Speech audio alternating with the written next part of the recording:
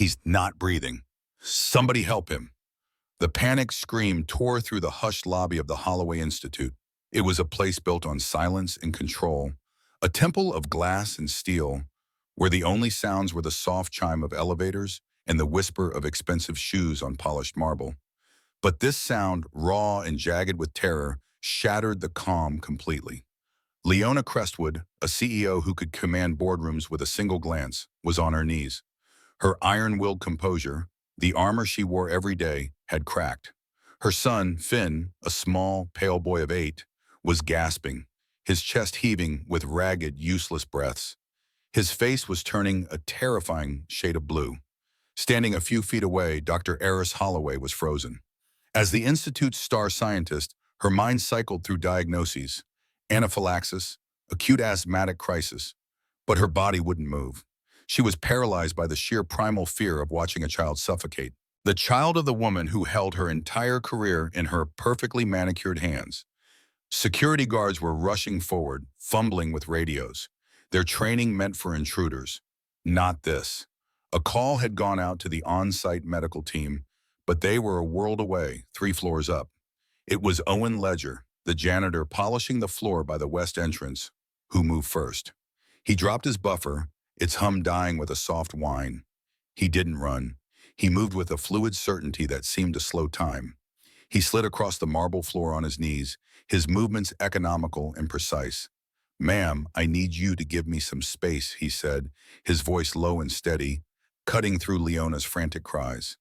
Leona looked up, her eyes wild. "Who are you? Get a doctor!" Owen didn't answer. His focus was entirely on Finn.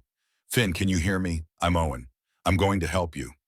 He gently placed one hand on the boy's trembling shoulder and the other on his back, tilting him forward slightly. "That's it. Lean on me." His voice was a calm rhythm in a world of chaos. Eris finally unfroze, stepping forward. "What are you doing? You can't move him." "His airway is closing," Owen said without looking at her. He spotted a half-eaten protein bar with peanuts listed in the ingredients on the floor. "It's an allergic reaction. His emergency inhaler. Does he have one?" Leona, jolted by the question, fumbled with Finn's bag. "Yes, here." She thrust a small blue albuterol inhaler into his hand. Owen took it, his hand steady. He popped the cap, inserted it into a spacer he pulled from another pocket of the bag, and shook it with a practiced snap of the wrist. "Okay, Finn, I know this is scary. We're going to breathe together. Breathe out as much as you can. Good boy." He waited a beat, his timing perfect. Then he pressed the canister and held the spacer to Finn's lips. Slow breath in. Slow, slow, slow. Hold it. 1, 2, 3, 4. Good. Let it out. He repeated the process, his movements a seamless ballet of practiced care. He didn't look like a janitor. He looked like someone who had done this 100 times before. The wail of a siren grew louder, and the Institute's medical team finally burst through the doors. But by the time they reached them, the worst had passed. The terrifying blue tint was receding from Finn's lips, replaced by a pale pink. His ragged gasps were settling into shaky, deeper breaths. He was crying now, quiet, exhausted sobs, his hands clutching the front of Owen's gray uniform. A paramedic knelt beside them. "What happened?" "Anaphylactic response. Secondary asthma attack," Owen reported, his voice flat. "Professional. Administered 2 puffs of albuterol via spacer. Vitals are stabilizing." He gently unwrapped Finn's fingers from his shirt and eased back, melting into the background. As the medical professionals took over, he became invisible again. He picked up his buffer, his shoulders slumping slightly, as if the energy that had surged through him had now vanished. Leona stood slowly, her composure returning like a mask, but her eyes were fixed on the janitor. She watched him walk away, the soft squeak of his work boots echoing on the floor. "Mom." Finn's voice was a weak whisper from the gurney. Leona rushed to his side. "I'm here, baby. You're going to be okay." "The quiet man," Finn murmured. "He told me a story about a star." Leona looked over her shoulder, but Owen was already gone. She looked at her head of security, who had been standing by uselessly. Her voice was cold steel. "Find out who that was," she commanded. "I want everything about him. His name, his history, everything. On my desk in an hour." The guard nodded. "His name is Owen Ledger, ma'am. He's on the night crew." I don't care what crew he's on, Leona snapped. A man like that doesn't just mop floors. Find out what he's hiding. The smell of antiseptic still clung to Owen's clothes as he pushed open the door to his small apartment. It was a scent he knew better than his own. He slipped off his worn work boots and moved through the dim living room. The place was spotless. Not just clean, but sterile. Not a home, but a safe zone. In the corner, under the soft glow of a nightlight, Poppy was asleep. She was curled on her side in a specialized bed, a thin tube tracing a path from a quietly humming machine to the back of her small hand. Her breathing was shallow. Owen knelt beside her, his large, calloused hand gently brushing a stray piece of hair from her forehead. Her skin was almost translucent. "Hey, sweet pea," he whispered, his voice thick with an emotion he never showed the world. "Daddy's home." Poppy stirred, her eyelids fluttering open. They were large, hazel eyes full of a light that defied the frailty of her body. "Did you clean the stars tonight?" she murmured. Owen managed a small smile. It was their nightly ritual. He worked at the Holloway Institute, a gleaming glass tower. To Poppy, it was where the stars were kept, and her father's job was to polish them until they shone. "I did," he said softly, "polished every single one." She smiled. "Tell me a story." He settled into the worn armchair beside her bed and began to tell her about a clumsy comet and a brave little star. He told this story a dozen times, but he told it like it was the first, his voice weaving a world of safety and magic. Tonight, though, the images in his head weren't of comets and stars. They were of a small boy with a blue face and the terrifyingly familiar weight of a life held in his hands. For 10 minutes, he hadn't been Owen Ledger, the janitor. He had been someone else, someone he had buried a long time ago. The feeling left him hollow. He had sworn never to be that person again, but he had broken his own rule, and someone had noticed. Leona Crestwood's eyes had bored into him, not with gratitude, but with a cold, analytical curiosity that terrified him. Meanwhile, 15 floors up, Dr. Eris Holloway stared at a computer monitor. The lobby incident had left her rattled. She felt a sting of shame at her own paralysis, followed by annoyance. The janitor he had moved with an assurance she, a doctor of immunology, had lacked. "Anything?" she asked her lab assistant, Ben. He shook his head. "The results on batch 7 are the same, doctor. The cell cultures aren't binding. It's like the control group is contaminated again." Eris ran a hand through her hair. This was the third batch in 2 weeks to fail. Her project, a revolutionary gene therapy, was stalling, and Leona Crestwood was not a patient woman. An email she'd sent an hour after the lobby incident was still burning on Eris's screen. Subject, delays. Dr. Holloway, today's events, unfortunate. Let's not have any similar surprises with my investment. The board requires a progress report by Friday. I expect significant positive data. Don't disappoint me. Eris slammed her laptop shut. Run it again, Ben. Triple check everything. Someone is getting sloppy. In her penthouse, Leona Crestwood sat by her son's bedside. The report from her head of security lay on the nightstand. She picked it up. Subject, Owen Ledger, age 38.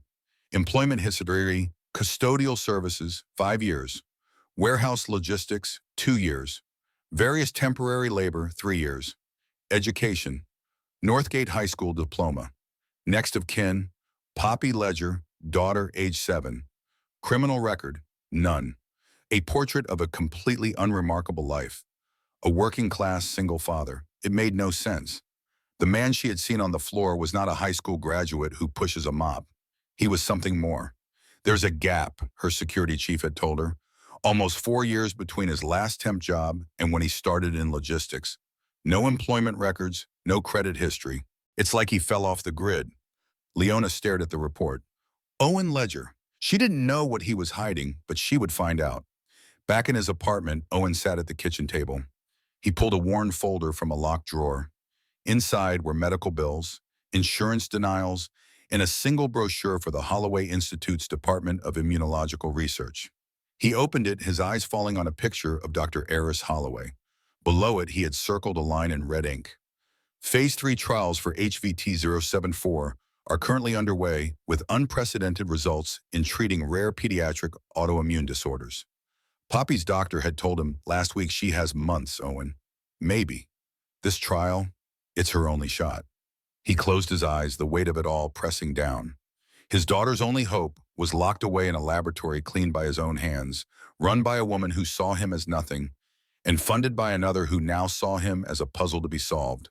And he knew with chilling certainty that if they discovered who he really was, they would never let him or his daughter anywhere near it.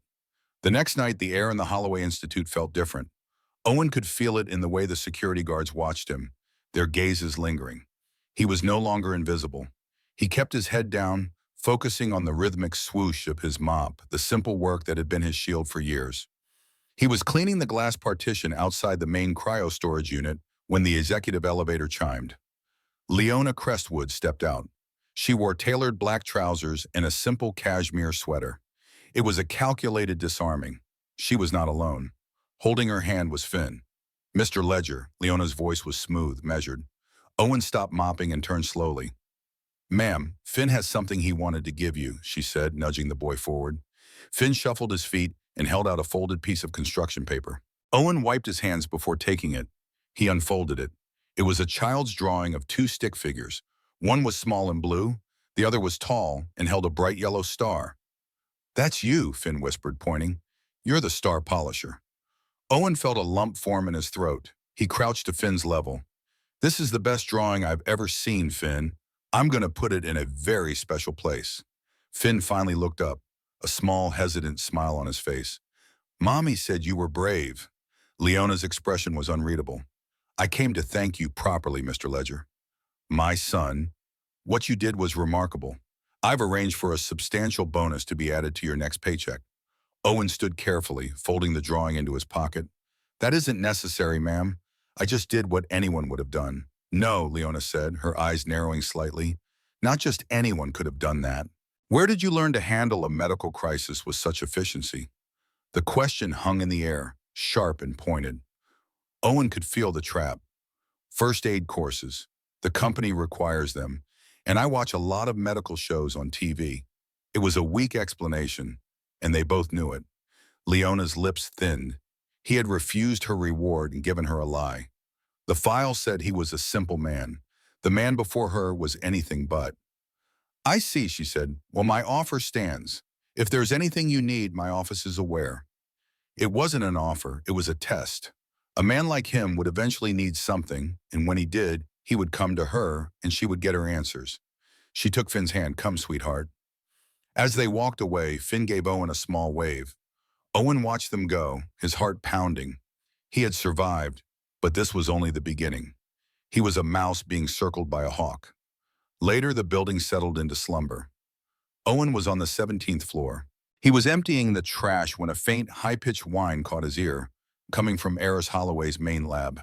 It was a sound he recognized with a sickening jolt. A centrifugal freezer with a failing coolant pump. He peered through the small glass window. The room was dark, save for the glow of monitors. The freezer had a small red light blinking on its control panel, a warning light, but someone had placed a piece of black electrical tape over it, rendering it nearly invisible. Owen's blood ran cold. That freezer held all of Eris's research samples, Poppy's only hope. If the temperature rose, everything would be destroyed. Protocol was to call security. Security would call the on-call lab tech, who would take 20 minutes to arrive. By then, it could be too late. His mind screamed at him to walk away, be invisible, but his feet were already moving. He pulled a master key card from his belt, a low-level card, but a grateful security guard had upgraded his access a few months prior without logging it. Owen swiped the card. The lock clicked open. He slipped inside. The digital display on the freezer was flashing an error code. He knew E07, secondary pump failure. He pulled off the front panel.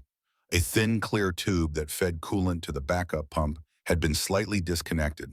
Not broken, deliberately loosened, just enough to create a slow, cascading failure. This was sabotage. He could fix it in 30 seconds, but he would leave a trace. He would be on surveillance, a janitor who knew how to service complex medical equipment. He would be exposed. He thought of Poppy. He thought of Leona's cold eyes. He couldn't fix it, but he couldn't walk away. He pulled a small notepad from his pocket and scribbled 4 words, his handwriting disguised and blocky. "Check coolant pump 2, valve loose." He folded the paper and slipped it under Dr. Holloway's keyboard. Then he slipped back out of the lab, closed the door, and vanished into the shadows, leaving the warning behind like a ticking bomb. Eris Holloway arrived at the lab just after dawn. Then she saw it, a small, folded piece of paper on her keyboard. Her first reaction was irritation. She unfolded it. The 4 words written in stark, blocky letters were a command or a warning. Check coolant pump 2, valve loose. She nearly tossed it, dismissing it as a prank, but something stopped her. It was too specific. With a sigh, she walked to the centrifugal freezer. Everything looked normal. The temperature was stable. Green lights blinked. She was about to turn away when her eyes caught a tiny glint on the control panel. A small piece of black electrical tape covered one of the secondary status lights. Her heart skipped a beat. She peeled it off. Underneath, a single red light was blinking a steady, silent alarm. Her breath hitched. She wrenched open the front panel. Following the lines, her eyes darted to the secondary coolant pump. And there it was, the feed tube hanging loose by a millimeter. A slow drip of coolant was pooling beneath it. The primary pump was holding the temperature for now, but it was burning itself out. The realization hit her like a physical blow. The tape, the loosened valve. This wasn't a mechanical failure. It was sabotage. Precise, patient, and designed to be catastrophic. And her contaminated samples. Had they been contaminated at all? Or had the temperature fluctuated just enough to skew the results? Someone was trying to destroy her work from the inside. She looked at the note. Whoever wrote this had just saved her project. But who? And why do it this way? Later that morning, she was summoned to Leona Crestwood's office. Leona sat behind a vast obsidian desk, her face impassive. Dr. Holloway, Leona began, I've reviewed your project's lack of progress. Combined with the security lapses, the board is getting nervous. We are a business, not a charity. Eris felt a flush of anger. The research is sound. We've had some equipment malfunctions. I'm not interested in excuses, Leona cut in. I'm interested in results. The board has approved an accelerated timeline. You have 1 month to produce a viable sample for preliminary human trials. 1 month, Eris, or I'm pulling your funding. 1 month. It was impossible. Leona, that's not enough time. The protocols make it enough time, Leona said, her voice a menacing whisper. Or find a new sandbox to play in. Eris walked out, the blood pounding in her ears. 1 month to save her life's work while fighting a saboteur she couldn't identify. That afternoon, Owen sat in a small examination room, Poppy on his lap. Dr. Anna Sharma looked at the chart, her expression gentle but weary.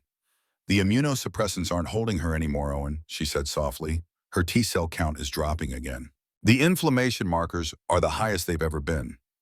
Owen felt the familiar cold dread. So what's next? Increase the dosage? Sharma shook her head. We're already at the maximum safe level. It's time to start talking about palliative options. Making her comfortable. The words hit him with the force of a blow. Palliative, comfortable. They were giving up. No, Owen said, his voice raw. There's the trial.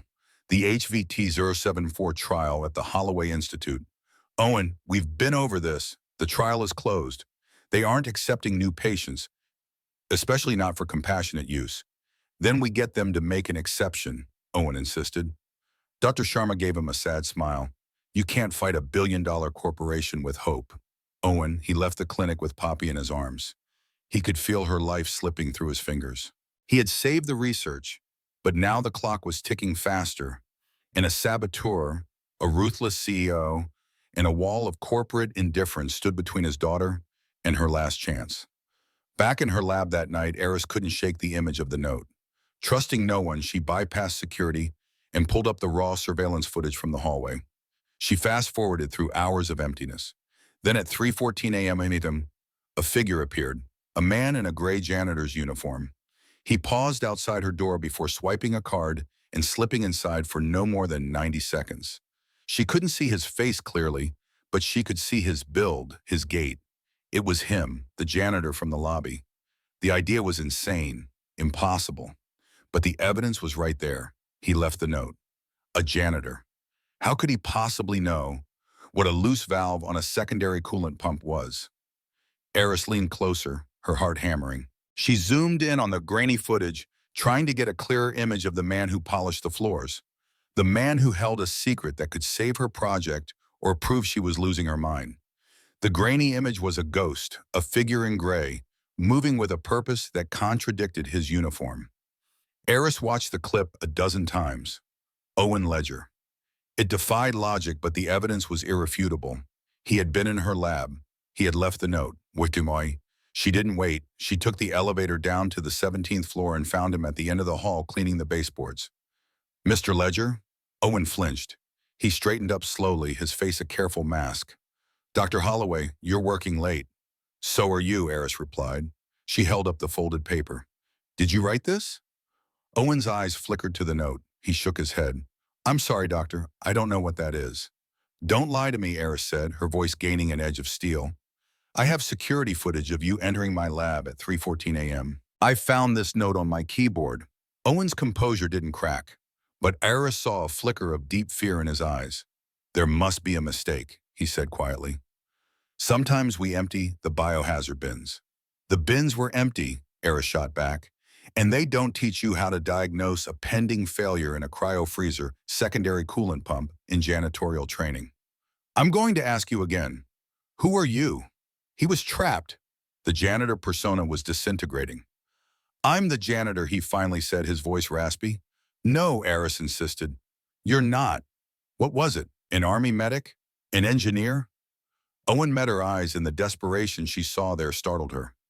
It wasn't the look of a man caught in a lie. It was a man watching his world crumble. Does it matter, he asked. I saw something was wrong. I couldn't just walk away. Why, she pressed.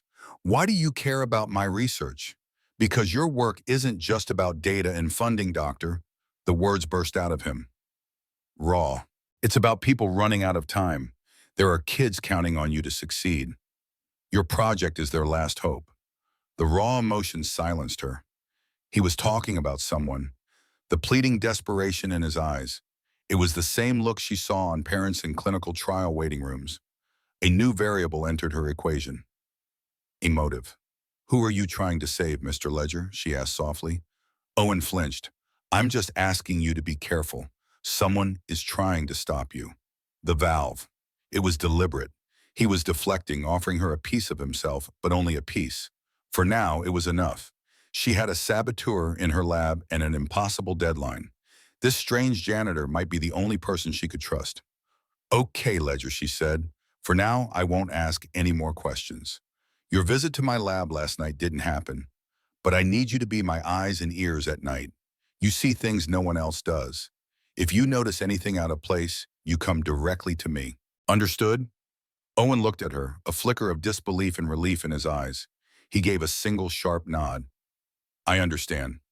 A fragile, unspoken alliance was formed. As Eris walked away, her mind raced. She had more questions than answers. But she also had a new secret weapon. A ghost in the machine. Miles away, Leona Crestwood's phone buzzed. It was her head of security. We found something in that 4-year gap, Ms. Crestwood, the man's voice said. He wasn't on any financial grid, but we cross-referenced hospital admission records. His daughter, Poppy Ledger, was a long-term patient at St. Michael's Pediatric Hospital. Severe autoimmune deficiency. Leona felt a chill. And here's the interesting part, the security chief continued. There was a nurse on that same pediatric ICU floor, a young guy, a prodigy. He resigned suddenly. The same week, an inquiry was launched into an equipment malfunction that resulted in a patient's death. The hospital sealed the records, but I pulled his original employment file. His name was Owen Ledger, the words echoed in Leona's penthouse. His name was Owen Ledger. She lowered the phone, the pieces fitting together.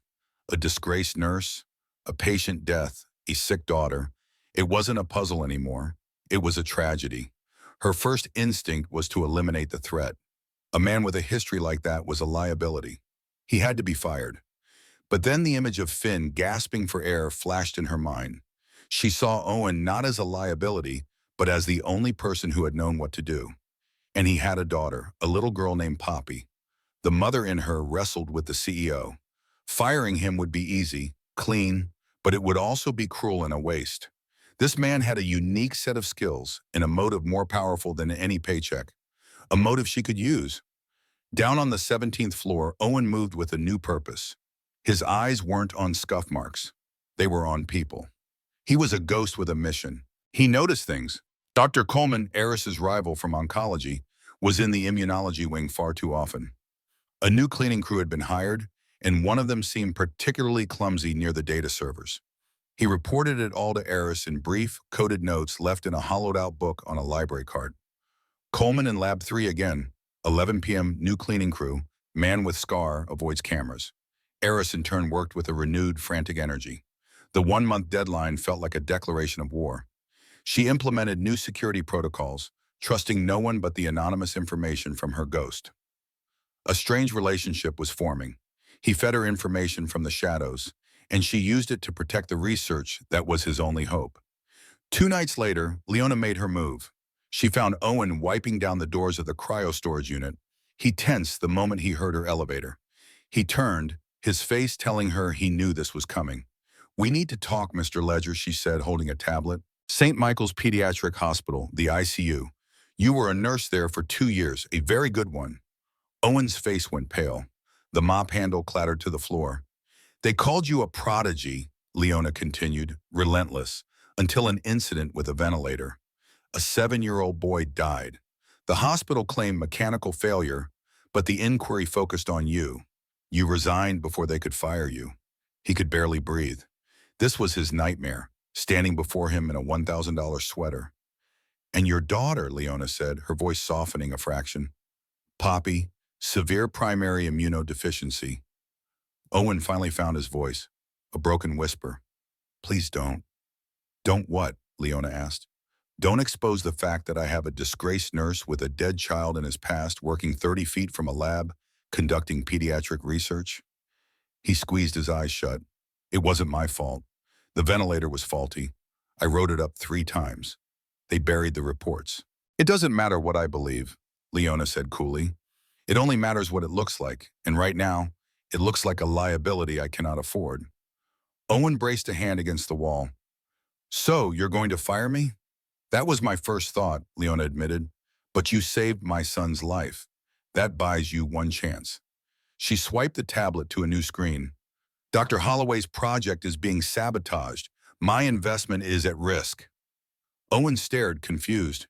"You're in a unique position, Mr. Ledger. You're invisible." "You see everything," Leona said. "I want you to find out who is trying to destroy this project. You will report everything directly to me, not to Dr. Holloway." "To me? You want me to be your spy?" Owen breathed. "I want you to be a concerned employee," Leona corrected smoothly. Her voice dropped to a deadly whisper. "Your daughter needs Dr. Holloway's trial to live. I'm the only one who can make that happen. I can sign off on a compassionate use exemption. I can save her life." She paused. "Help me, Mr. Ledger. Find my saboteur, and I will save your daughter. Fail me, and this file about your past goes to every news outlet in the city, and your daughter will never get her chance." Owen felt like he was drowning. Leona's words were anchors pulling him down. Spy. Betrayal. The price for his daughter's life was the last shred of his integrity. There was no choice. A father doesn't get to have a conscience when his child is dying. He picked up his mop, his hand shaking. "I'll do it," he said, his voice dead. Leona gave a small, satisfied nod. "I've created a secure anonymous email address for you. Send your reports there. Daily." She turned and walked away, leaving him alone with the wreckage of his life. The next few days were a special kind of hell. Owen moved through his shift like a man haunted. Every conversation was a potential betrayal, every observation ammunition for a woman who would not hesitate to use it. He sent his first report from a library computer. Subject: night observations. Dr. Coleman, oncology in immunology lab again. Accessed imaging server, new contract cleaner, male, scar on left hand, spent unusual time near main server room. He hit send, a wave of nausea washing over him.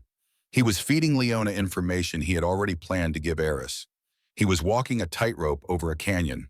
An hour later, he saw Leona's plainclothes security discreetly shadowing Dr. Coleman. The next night, the contract cleaning company was summarily dismissed. Leona was acting on his intelligence with terrifying speed. She was watching, and she was in control. His interactions with Eris became strained. He still left his notes, but they were shorter. He avoided her gaze. He was her ally and a spy set against her, and the dual roles were tearing him apart. Eris felt the shift. Her ghost was becoming distant. The pressure of Leona's deadline was already crushing her. And now the one person she trusted felt like he was slipping away. Then one night she had a breakthrough. Acting on one of Owen's earlier tips, Eris cross-referenced the supply logs. Every contaminated batch had used filters from a specific crate. She isolated the remaining filters and reran her most critical experiment. It worked. The cells bound to the therapy agent perfectly. The data that flooded her screen was a beautiful confirmation of her life's work. It wasn't a cure, but it was the key. She wanted to shout with joy, to find the quiet janitor who had made this possible. But she stopped. She didn't know who she could trust. For Owen, the news was a double-edged sword.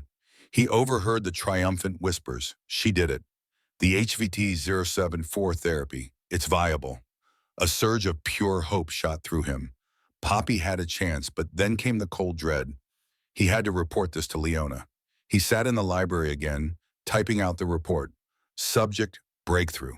Dr. H stabilized a culture. Proof of concept successful. Used different cellular filters. He sent it. The reply was a text message to the burner phone he'd been instructed to buy.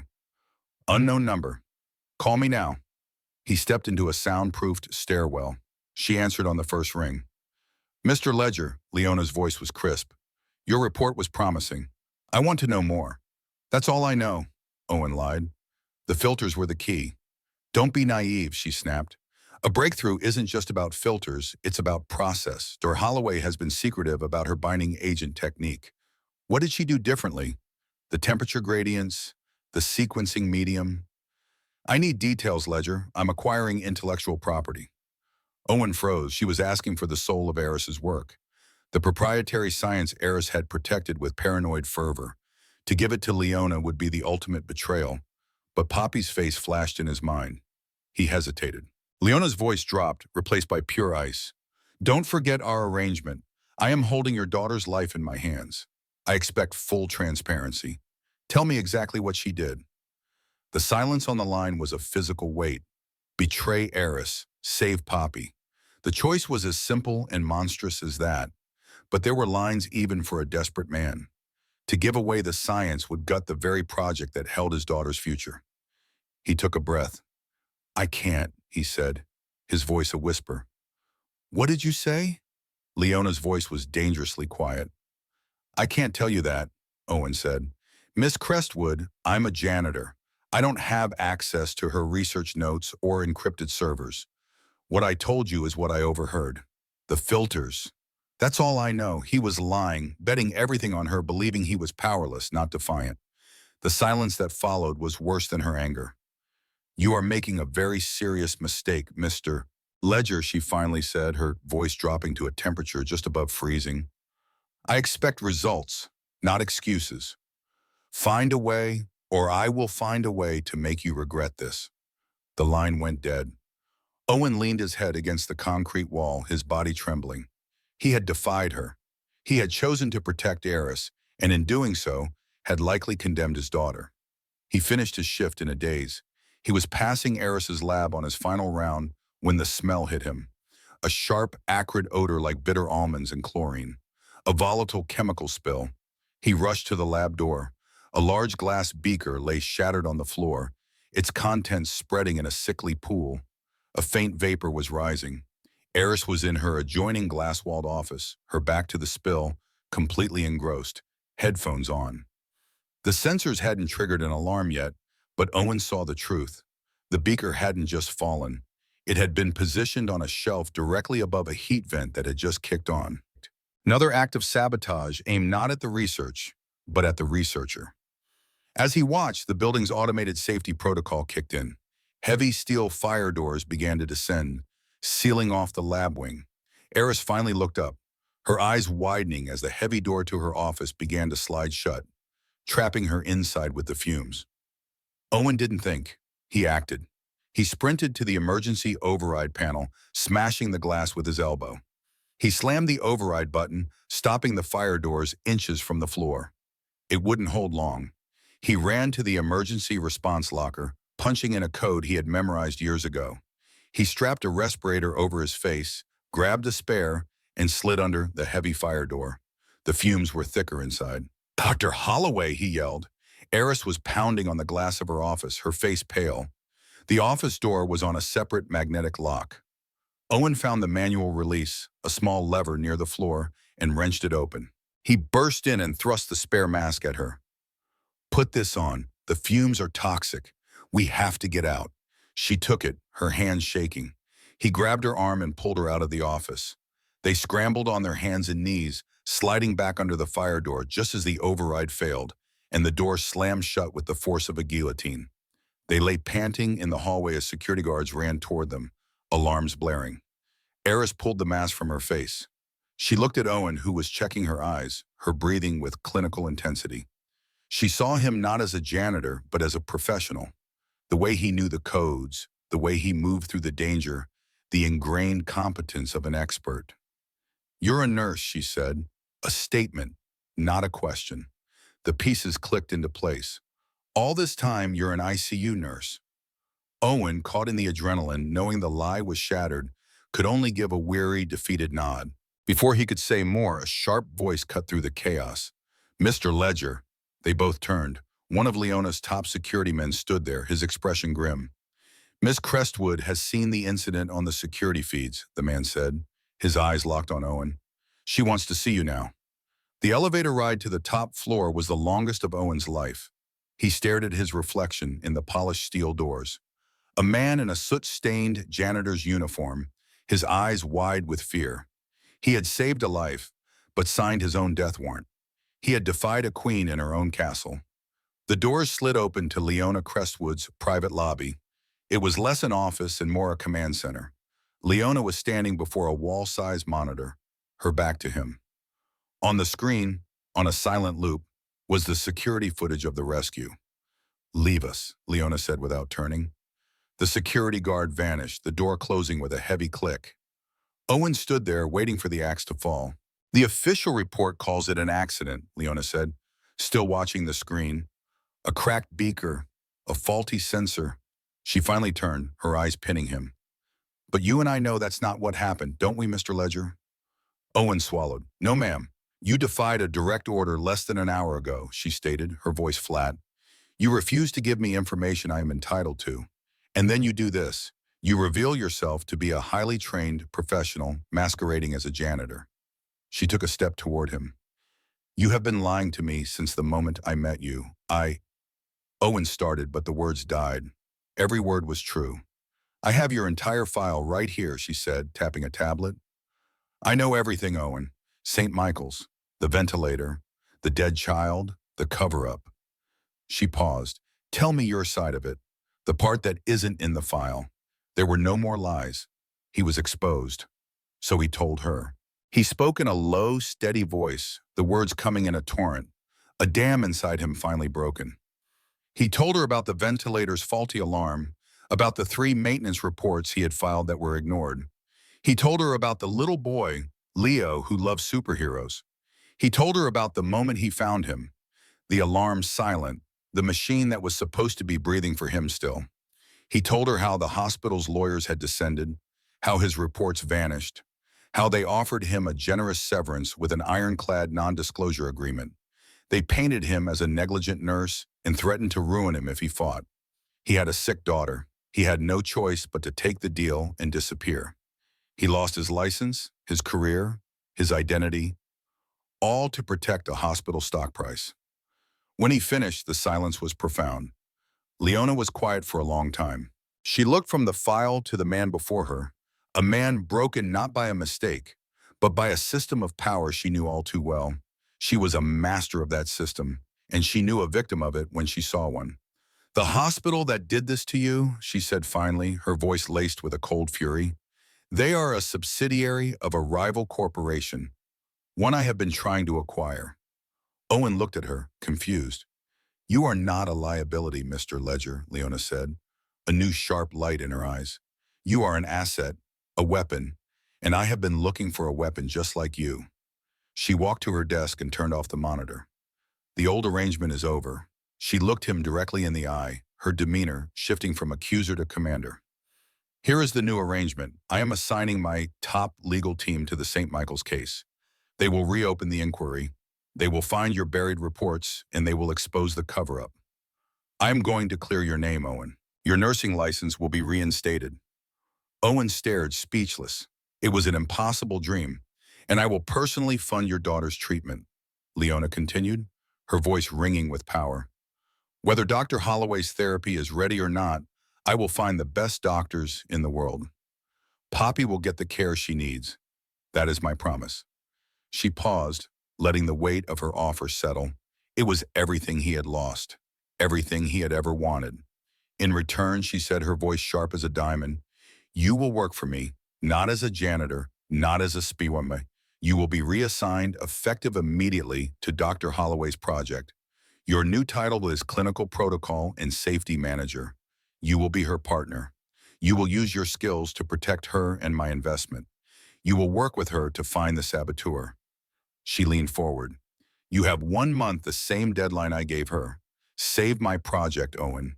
And in doing so, you will save your daughter and yourself. Do we have a deal? Owen stood in the vast, silent office. Leona Crestwood's offer hung in the air, impossibly bright, impossibly heavy. It was a pardon, a resurrection, a way back. His mind reeled, his name cleared, his license back. Poppy saved. He looked at Leona and saw no deception, only the cold certainty of a woman who reshaped the world to her will. She wasn't offering a gift. She was making a strategic investment. He was the key to her project, and Poppy was the key to him. He took a deep breath, the first one that didn't feel scraped raw. Yes, he said, his voice firm and clear. We have a deal. Leona's lips curved into a faint, satisfied smile. She pressed a button on her intercom. Dorian, come in here and bring the file for our new department head. The transformation was ruthlessly efficient. Within 20 minutes, Owen Ledger, the janitor, ceased to exist. He was escorted to an empty executive office where a tailored suit, shirts, and shoes in his exact size were waiting. He was handed a new ID badge, its gold trim gleaming. Owen Ledger, Clinical Protocol and Safety Manager. He was handed a phone, a laptop, and a stack of papers to sign that he knew was an ironclad contract of loyalty. When he looked in the mirror, he barely recognized himself. The tired, hunted look was replaced by a sharp-edged focus. His first official act was to accompany Leona to the 17th floor. They found Eris in her lab, hunched over a microscope. She looked up, her eyes widening as she saw Owen beside the CEO, dressed in a suit worth more than her car. Dr. Holloway, Leona began, I am assigning a new manager to your project to oversee safety and clinical protocols. This is Owen Ledger. He will have full access to your lab, your research, and your team. He answers directly to me. Is that understood? Eris stared, speechless. Her secret ally, her ghost, was now her boss. Leona, with all due respect, you can't just... I can and I have, Leona cut her off. Mr. Ledger's expertise in clinical crisis management will be invaluable in safeguarding my investment, especially in light of recent accidents. Leona turned to leave. I expect you both to work together. Your deadline has not changed. The door closed, leaving Owen and Eris in a profoundly awkward silence. What in the world just happened? Eris asked, a mix of anger and bewilderment. 1 minute you're a janitor, the next you're a manager. Who are you? It's complicated, Owen said. She knows, Eris. She knows about my past, which is, I was a pediatric ICU nurse, he sighed. I was a good one until something went wrong that wasn't my fault, but they made it my fault. Eris studied his face, the data piecing together. The skills in the lobby, the knowledge of the freezer, the rescue, it all fit. So, she's blackmailing you, Eris concluded. Not anymore, Owen said. We have a new arrangement, one that helps both of us. He took a step closer. I'm on your side, Eris. I always have been. The only difference is now I don't have to hide in the shadows. We can finally fight back. Later that afternoon, Owen left the institute and went to the clinic. He found Poppy in the playroom, smaller and paler than ever. He knelt in front of her, his expensive suit feeling ridiculous. Hey, sweet pea, he said, his voice thick. Daddy, she whispered, her arms wrapping around his neck. You're wearing a costume. He laughed, a real laugh, something like that. Hey, Pop, I met a very powerful lady. She's going to help us. She's going to help the doctors make you better. Poppy looked at him, her hazel eyes searching his. Really? Really, he said, pulling her close. For the first time in years, it wasn't a lie. It wasn't a desperate hope. It was a promise backed by the terrifying power of Leona Crestwood. The next morning, a sleek black town car pulled up outside Owen's modest apartment building. The driver, a stoic man in a pristine uniform, opened the back door. Owen and Poppy emerged, still awkward in the presence of such luxury. Poppy's small hand gripped her father's tightly, her favorite stuffed rabbit tucked under her arm. The car glided through the city streets, carrying them away from the life they had known. Poppy pressed her face against the window, wide-eyed at the towering buildings giving way to tree-lined avenues. Where are we going? She asked, her voice small but excited. To a special place, Owen said, trying to sound more confident than he felt. A place with doctors who know how to make you strong again. The Carrick Center for Pediatric Care rose like a gleaming palace of hope at the end of a winding drive.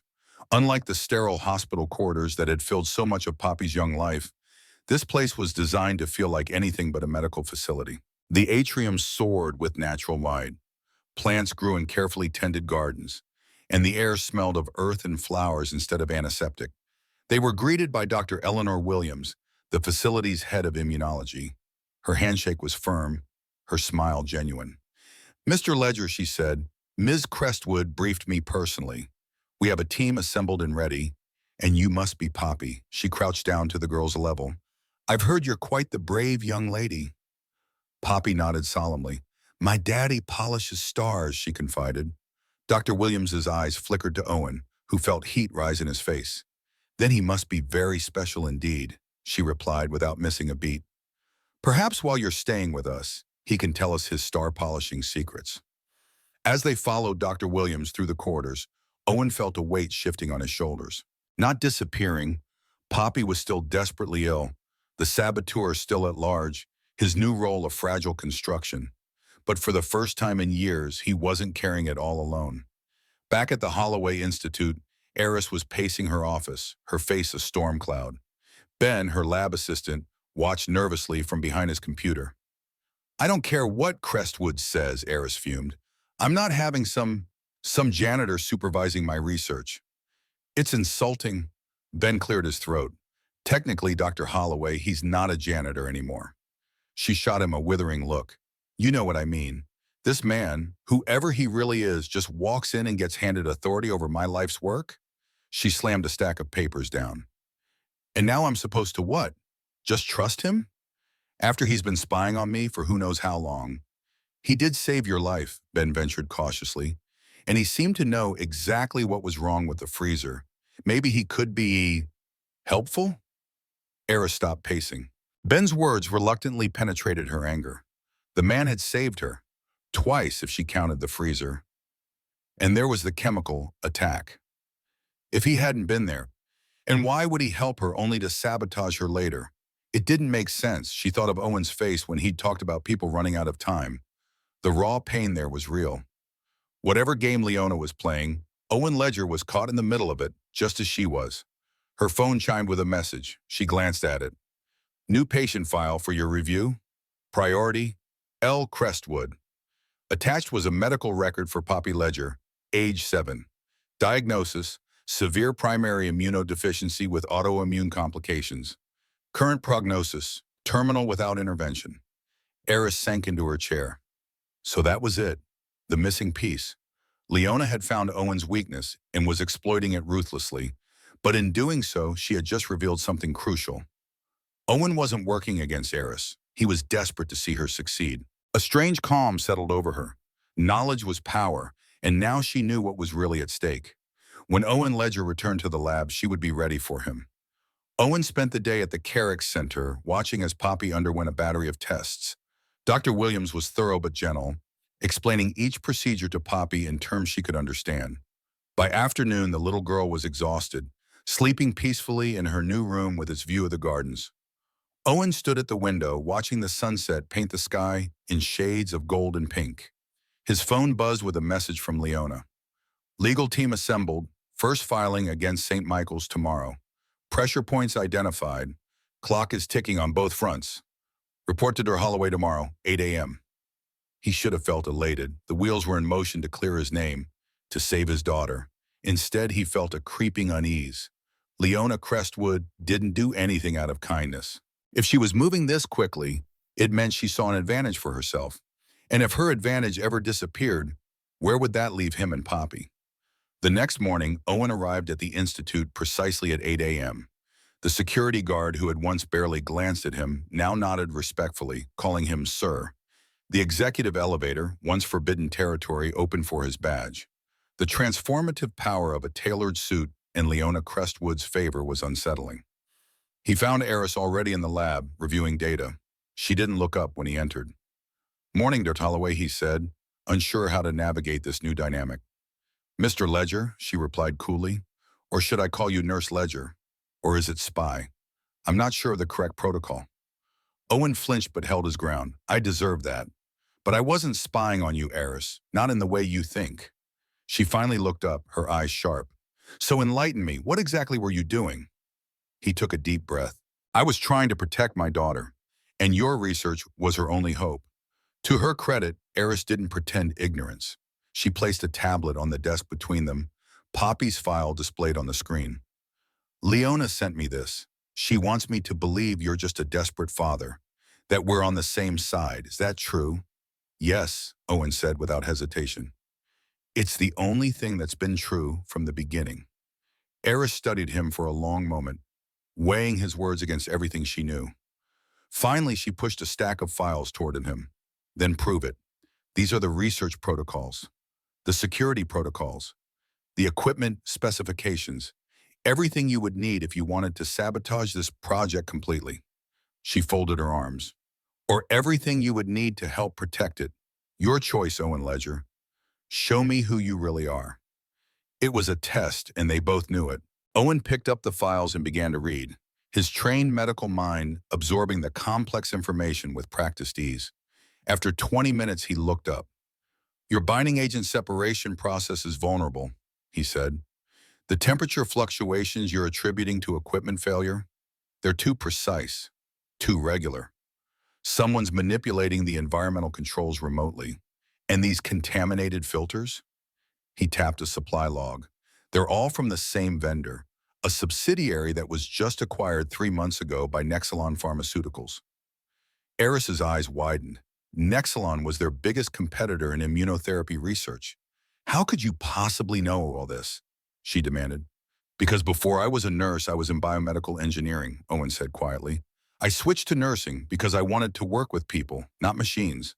But I never lost the technical knowledge. And I've spent 5 years watching this institute. I know every system, every protocol, every vulnerability. Not because I wanted to exploit them, but because I needed to understand what was happening to my daughter's only lifeline." Eris leaned back in her chair, reassessing everything she thought she knew about this man. Not just a nurse then, a highly trained professional with a unique skill set and an unmatched motivation. "Why did Leona really hire you?" she asked bluntly. "To find the saboteur," Owen replied. "And I think she chose me for the same reason you just tested me. Because I have the technical knowledge, the medical background, and the desperate need to see this project succeed. I'm her perfect bloodhound. And if you find this person, what then?" Owen's expression hardened. "Then I protect you, your research, and my daughter, by any means necessary." For the first time since they'd met, Eris smiled. A small, tight smile, but genuine. "Then let's get to work, Mr. Ledger. We have 26 days left." The next 2 weeks passed in a blur of activity. By day, Owen worked alongside Eris, reviewing security footage, analyzing equipment logs, and implementing new safety protocols that made the lab a virtual fortress. He pored over research data with her, his medical background allowing him to spot patterns that others might miss. By night, he sat with Poppy at the Carrick Center, reading her stories and watching the careful administration of experimental treatments that Dr. Williams had designed based on Eris's preliminary findings. It wasn't the full therapy yet. that was still being perfected, but it was enough to stabilize Poppy's condition, to buy precious time. The routine was exhausting, but purposeful. For the first time in years, Owen was using all of his skills, all of his knowledge. He was respected, valued. He was making a difference. But as the days passed, the saboteur grew bolder, more desperate. Equipment would malfunction despite the new safeguards. Research samples would inexplicably degrade overnight. Data files would become corrupted. Each incident was meticulously documented by Owen and reported to both Eris and Leona. The list of suspects narrowed. Dr. Julian Coleman, the oncology researcher whose lab space had been reduced to make room for Eris's expanding project, appeared frequently in security footage near the immunology wing during odd hours. But there were others, a lab tech who had recently been denied a promotion, a visiting scientist from a rival institution, even one of the board members who had voted against Eris's funding. What they needed was proof, conclusive, irrefutable evidence that would expose the saboteur once and for all. On the 15th day of their partnership, Owen received a call from Dr. Williams at the Carrick Center. His heart nearly stopped when he saw the number. "Mr. Ledger," she said, her voice calm but serious, "I need you to come to the center right away. Poppy has had a reaction to the latest treatment." He was in his car before the call ended, racing through midday traffic with a cold knot of fear in his chest. He found Poppy in the isolation unit, pale and shivering, her small body fighting a battle on too many fronts. The preliminary therapy was triggering an unexpected immune response, Dr. Williams explained. It wasn't fatal, but it was a significant setback.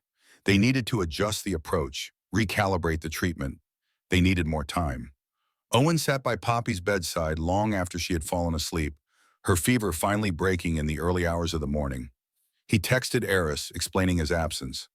Her reply was immediate and unexpected. "Bring me Poppy's blood samples from the last 3 treatments. I have an idea." When he arrived at the lab the next day, haggard from his night-long vigil, Eris was waiting with an intensity he hadn't seen before. The reaction wasn't random, she said, taking the vials he had brought. It was predictable. "Look," she pulled up a complex molecular model on her computer. "This is the standard binding agent we've been using. But for Poppy's specific genetic markers, we need something more targeted." She worked feverishly, barely pausing to eat or sleep. Owen brought her coffee, reviewed her calculations, and stood guard against any interruptions. 3 days later, she emerged from her office with bloodshot eyes and a triumphant smile. "It will work," she declared. "I've cracked it. The binding process needs to be modified for each patient's genetic profile. That's why the trials have had such variable results. It's not one treatment, it's a personalized protocol." She had done it. The breakthrough was real, and it was revolutionary. Not just for Poppy, but for countless children with similar conditions.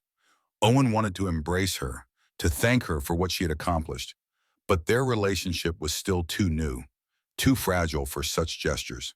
Instead, he simply said, "Thank you, Eris. I owe you everything." She waved away his gratitude. "We're not done yet. We still have a saboteur to catch. And now that we have a viable therapy to protect, the stakes are even higher." That afternoon, they presented their findings to Leona. She listened impassively, her eyes calculating the value of what they had discovered. "So you need more time," she concluded. "No," Eris said firmly. "We need to move forward immediately with clinical trials, starting with Poppy Ledger." Leona's eyebrow arched slightly, the only indication of her surprise.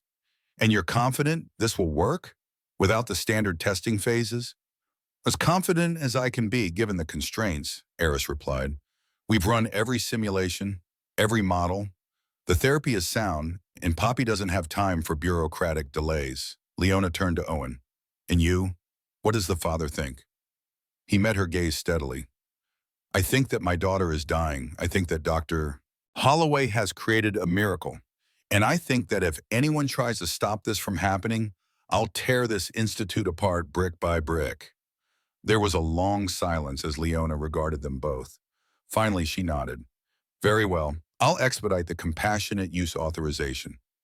Begin preparations immediately." She paused at the door. "And Owen, find me that saboteur before they realize what we're planning." The news of the breakthrough spread through the institute like wildfire, despite their attempts at secrecy. The air hummed with excitement and speculation, and somewhere in that buzzing hive, the saboteur was preparing for their final move. Owen knew they needed to force their enemy's hand. Working with Eris, he devised a plan. They would create a diversion, a false target that would draw out the saboteur while the real therapy was secured elsewhere. They leaked information that the final formulation would be stored in the main lab's cryogenic unit overnight, requiring specific temperature conditions that could only be achieved in that location. In reality, the actual therapy would be prepared in a secondary lab and transported directly to the Carrick Center under heavy security. That night, Owen positioned himself in a darkened observation room with a clear view of the main lab. Eris monitored the security systems remotely from her office. They had disabled the automatic alarms, ensuring that any intruder would think their actions were going undetected. Hours passed in tense silence. Just after 2 a.m., when the Institute was at its quietest, a figure in a lab coat entered the main laboratory. Owen leaned forward, his heart pounding. It was Dr. Coleman. He moved with the confidence of someone who belonged there, but his furtive glances betrayed his true purpose. Coleman approached the cryogenic unit, pulling a small case from his pocket. Inside was a syringe filled with dark liquid, a contaminant designed to destroy months of work in minutes. Owen touched his earpiece. He's here, moving to intercept. He slipped from his hiding place, circling around to block the exit. As Coleman prepared to inject the contaminant into the sample port, Owen stepped into the lab, flipping on the lights. "I wouldn't do that, Julian," he said calmly. Coleman spun around, the syringe still in his hand, his face contorted with shock and then fury. "Ledger," he snarled, "the janitor who became a prince, or should I say nurse. How does it feel to be Crestwood's new pet?" "I know about your wife," Owen said, ignoring the taunt. "I know what happened to your research." Coleman's face twisted. "Do you? Do you really?"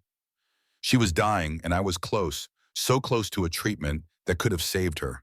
But Leona Crestwood decided my work wasn't profitable enough. She pulled my funding, gave my lab space to Holloway, and my wife died 3 months later." He held up the syringe, his hand trembling with rage. "They took everything from me, so I'm taking everything from them."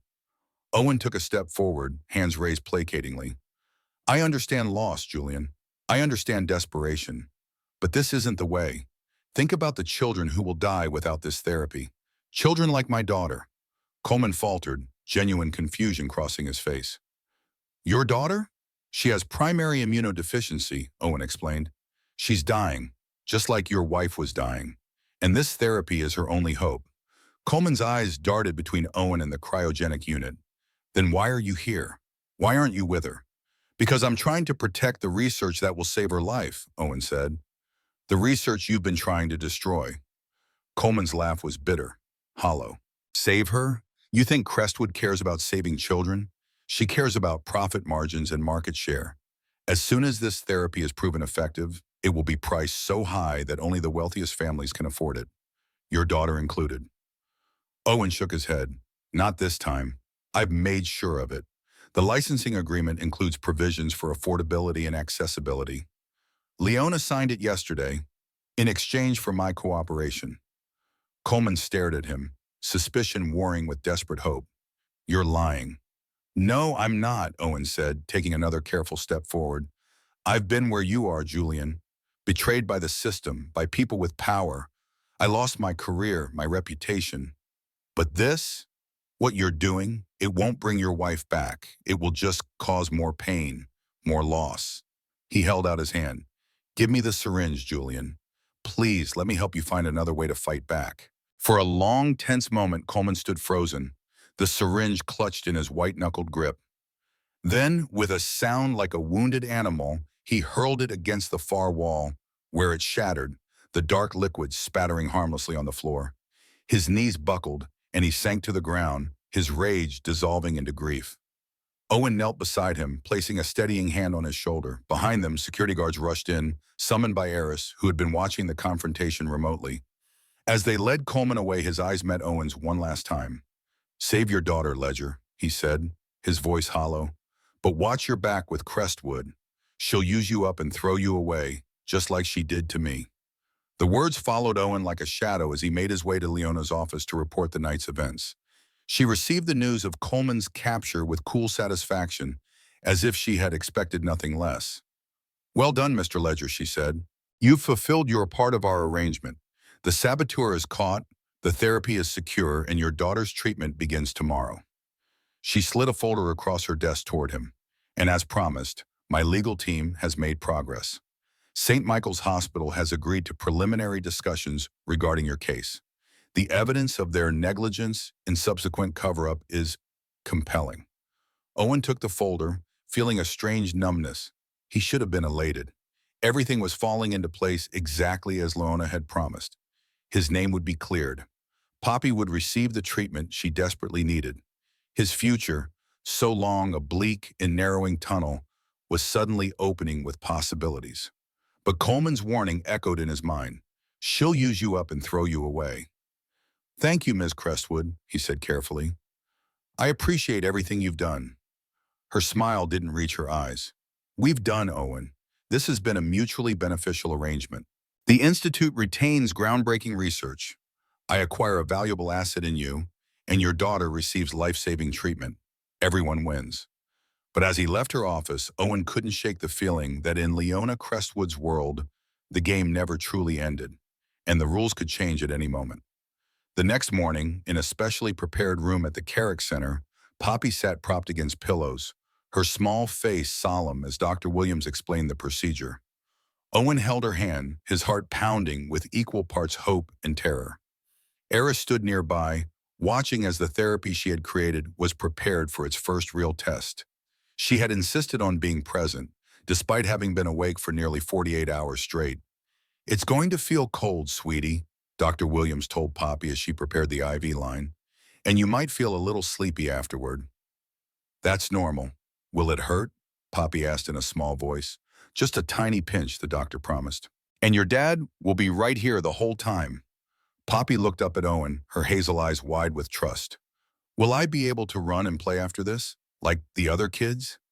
The question nearly broke him. "Yes, sweet pea," he managed. "Not right away, but soon. This medicine is going to make you strong." As the clear liquid began to flow into Poppy's veins, Owen held his breath. This was it, the moment everything had been leading to. Across the room, Eris watched with the intensity of a creator witnessing her creation take flight for the first time.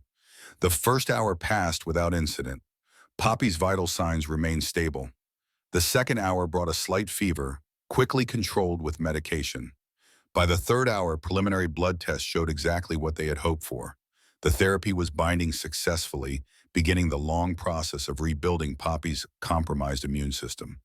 "It's working," Eris breathed, looking up from the test results. "It's actually working." Owen couldn't speak. He simply nodded, tears burning his eyes as he watched his daughter sleep peacefully, the deadly war inside her body beginning at last to turn in her favor. As evening fell, with Poppy resting comfortably under constant monitoring, Owen found Eris in the center's small conference room, reviewing the day's data. "You should go home, get some rest," he told her. "You've been awake for days." She shook her head, not looking up. "I need to make sure the secondary markers are stabilizing. If there's any sign of rejection, we need to be ready to adjust." "Eris," Owen said gently, "you saved my daughter's life today. The least I can do is make sure you don't collapse from exhaustion." She finally looked up, her eyes red-rimmed but bright with a fierce satisfaction. "I didn't do it alone. Your insights on the cellular binding process were crucial. And your courage in facing Coleman," she trailed off. "What did he say to you? At the end?" Owen hesitated, unsure how much to share. "He warned me about Leona, said she'd use me and discard me when I was no longer useful." Eris leaned back in her chair. "He's not wrong. Leona Crestwood is the most ruthlessly pragmatic person I've ever met. She doesn't operate on loyalty or gratitude, only value." "Then I'll make sure I remain valuable," Owen said with a grim smile. Eris studied him for a long moment. "You know, when she first assigned you to my lab, I thought you were a spy, a corporate plant sent to steal my research or monitor my progress." She laughed softly. "I never imagined you were just a father trying to save his daughter." "I'm not just anything anymore," Owen replied. "I'm whatever I need to be to protect Poppy and your research."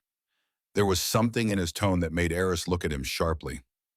"What are you planning, Owen?" Before he could answer, his phone buzzed with a message from Leona. Board meeting tomorrow, 9 a.m. Full presentation of breakthrough therapy required. Bring Holloway and all research data. LC. He showed Eris the message, watching her face pale. She's moving too fast, Eris said. The therapy works, yes, but we've only treated one patient. We need more data, more trials before we go public. I think that's the point, Owen said slowly. She wants to announce it now while she controls all the information, before independent verification, before peer review. But that's not how science works, Eris protested. That's not how medicine works. No, Owen agreed grimly, but it's how Leona Crestwood works, and I think I know why. He pulled out his tablet and brought up a financial news site. There, a small item about acquisition talks between Crestwood Industries and Nexelon Pharmaceuticals, the same company that owned the subsidiary producing the contaminated filters. It's a corporate play, he realized. She's using our breakthrough to drive up her company's value before the merger. That's why she wanted the proprietary details of your process. Not to steal it, but to weaponize it. Eris stared at the screen, the pieces falling into place. And Coleman was just collateral damage. His wife, his research, discarded for a better opportunity. They sat in silence, absorbing the implications. Finally, Eris straightened her shoulders. So what do we do? She asked. We can't refuse to present. She'd just replace us. No, Owen agreed. We can't refuse. But we can control what we present. And how? As the night deepened, they worked, crafting a strategy that would protect the integrity of the research while satisfying Leona's corporate ambitions. It was a delicate balance, requiring all of Owen's newfound political acumen and Eris's scientific authority. By dawn, they had a plan. It was risky, potentially career-ending for both of them. But as Owen reminded Eris, looking through the window at Poppy's sleeping form in the next room, some things were worth the risk. The boardroom of Crestwood Industries occupied the entire top floor of the corporate headquarters building. Floor-to-ceiling windows offered a dizzying view of the city below. Around a massive table of polished obsidian sat 12 men and women in impeccable suits, their expressions ranging from skeptical to calculating. At the head of the table, Leona Crestwood presided like a queen holding court.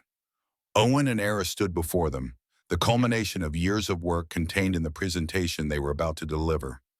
Owen felt strangely calm. Whatever happened in the next hour would determine not just his future, but the future of countless children like Poppy.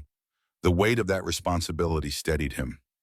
Eris began with the science, her expertise evident in every precise explanation, every data point. She showed the preliminary results from Poppy's treatment, the remarkable cellular response, the promising indicators of long-term efficacy. She was brilliant, authoritative, compelling. Then it was Owen's turn. As the newly minted clinical protocol and safety manager, he presented the implementation strategy, how the therapy would be administered, the potential risks and safeguards, the long-term monitoring requirements. His medical background gave weight to his assessment, his personal stake in the outcome, adding an undeniable passion to his delivery. The board members watched with growing interest, several leaning forward as the implications of what they were hearing became clear. This wasn't just another promising treatment. This was a potential game changer in pediatric immunology. As they neared the end of their presentation, Leona's smile grew more satisfied. Everything was proceeding exactly as she had planned, until Owen clicked to the final slide. Proposed licensing and distribution framework, the headline read, and below it, a detailed outline of pricing structures, access programs, and, most significantly, a commitment to making the therapy available at cost to patients in financial need. The room went silent. Leona's smile froze, her eyes flashing a warning that Owen pretended not to see. As you can see, he continued smoothly, we've developed a comprehensive approach that balances profitability with accessibility. By implementing a tiered pricing structure based on ability to pay, we ensure that no child who needs this therapy is denied because of financial constraints. One of the board members, an older woman with sharp eyes, leaned forward. And the profit implications of this approach? Actually, Dr. Holloway has run the numbers, Owen replied, nodding to Eris, who pulled up the relevant data. Based on our projections, she explained, this approach actually increases overall revenue by expanding the patient base significantly. It also positions Crestwood Industries as a leader in ethical pharmaceutical development, which our market research indicates is increasingly valued by both consumers and investors. It was a masterful move, couching moral imperative in the language of profit. The board members exchanged glances, several nodding thoughtfully. Leona's face was unreadable, but the tension in her shoulders betrayed her displeasure at this unexpected deviation from her plan. This framework, she said carefully, wasn't part of our original discussion, Mr. Ledger. Owen met her gaze steadily. With respect, Ms. Crestwood, our original discussion concerns saving children's lives. I believe this framework accomplishes that goal while also serving the company's interests, and it ensures that what happened to Dr. Coleman's wife never happens again. The mention of Coleman sent a ripple through the room. The story of the saboteur had been carefully managed, but rumors always spread. Before Leona could respond, the older board member spoke again. I find this approach refreshingly forward-thinking. In fact, I'd like to motion that we adopt this framework as part of our official position in the upcoming merger discussions with Nexelon. A murmur of agreement ran around the table. Leona, recognizing when she was outmaneuvered, inclined her head in a gesture of gracious defeat. An excellent suggestion, Patricia. We'll add it to the agenda for tomorrow's executive session. The meeting concluded with handshakes and congratulations. As the board members filed out, Leona remained seated, her eyes following Owen with a calculating intensity that sent a chill down his spine. When they were alone, she spoke, her voice soft but edged with steel. That was quite a performance, Owen. I didn't realize you had such political instincts. I'm a fast learner, he replied, and I had a good teacher. Her laugh was genuine, if brief. Indeed. But remember, every lesson has its price. I'm aware of that, Owen said. Just as I'm aware that your arrangement with St. Michael's Hospital is still pending, that my daughter's ongoing treatment depends on your goodwill, that my entire future rests in your hands. He leaned closer, his voice dropping to match hers. But you should also remember that I now have the board's attention and their respect. And if anything were to happen to me or to Poppy or to Dr. Holloway's research, well, I've learned to leave contingency plans in place. Another lesson you taught me. For a long moment, they regarded each other, predator to predator, each assessing the other's strength and resolve. Finally, Leona smiled, a genuine expression that transformed her face.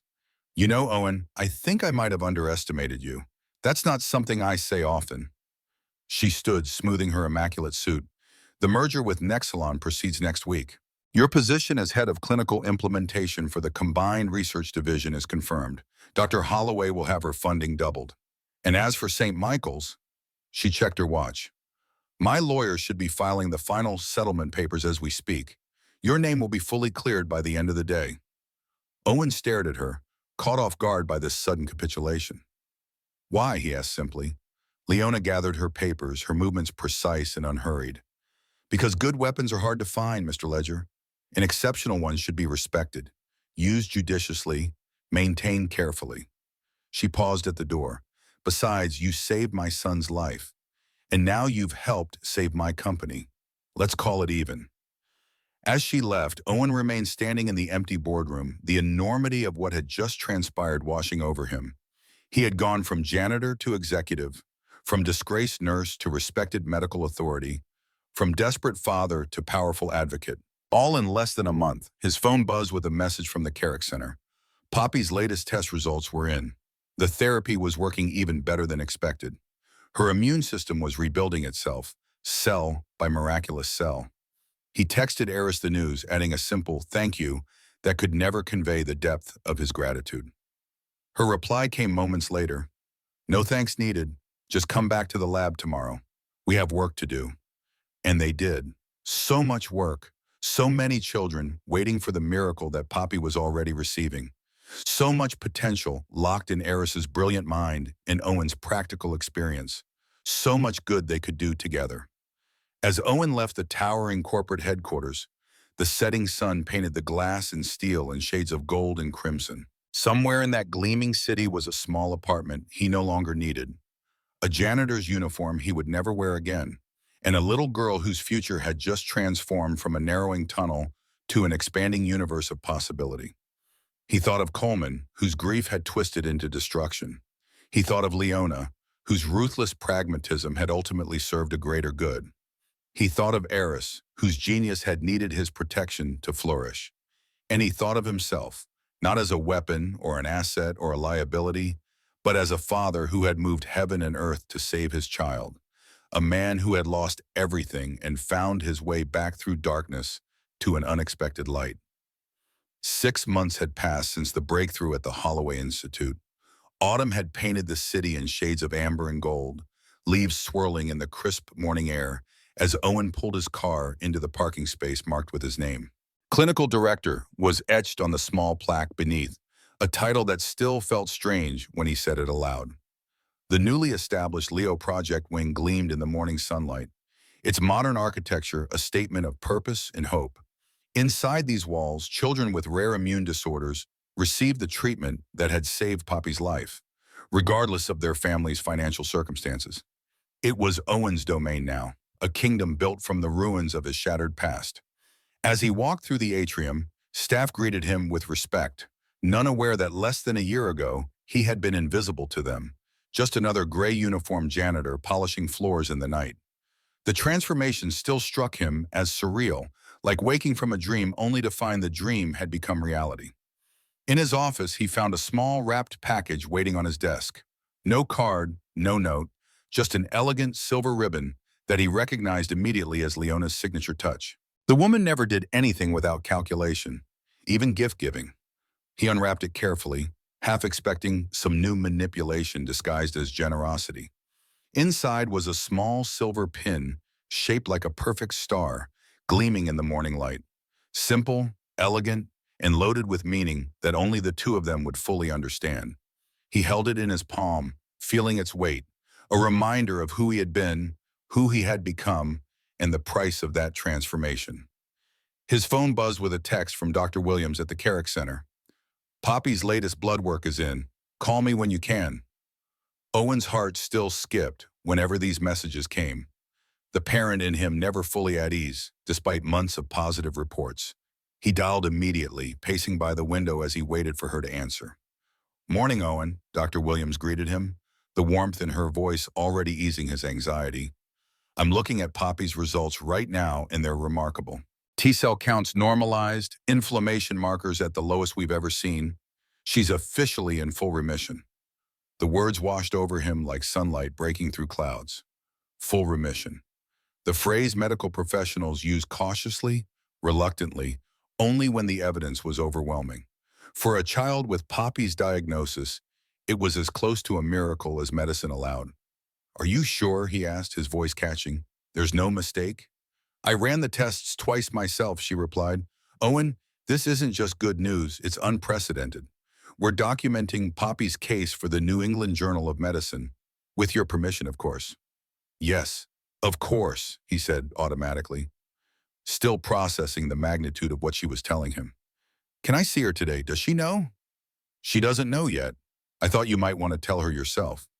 She's finishing her art therapy session at 11. You could take her to lunch after."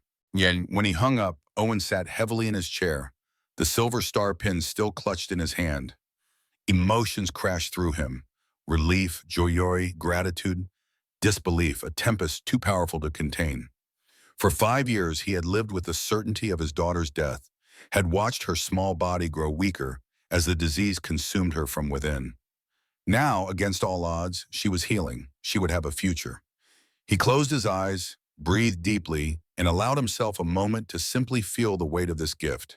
Then, with practiced discipline, he tucked the emotions away. There was work to be done, other children waiting for their own miracles. The labs were buzzing with activity when he arrived. Eris was already there, her hair pulled back in a messy ponytail, clipboard in hand as she supervised a new batch of the therapy. In the months since their confrontation with the board, their partnership had evolved into a seamless collaboration.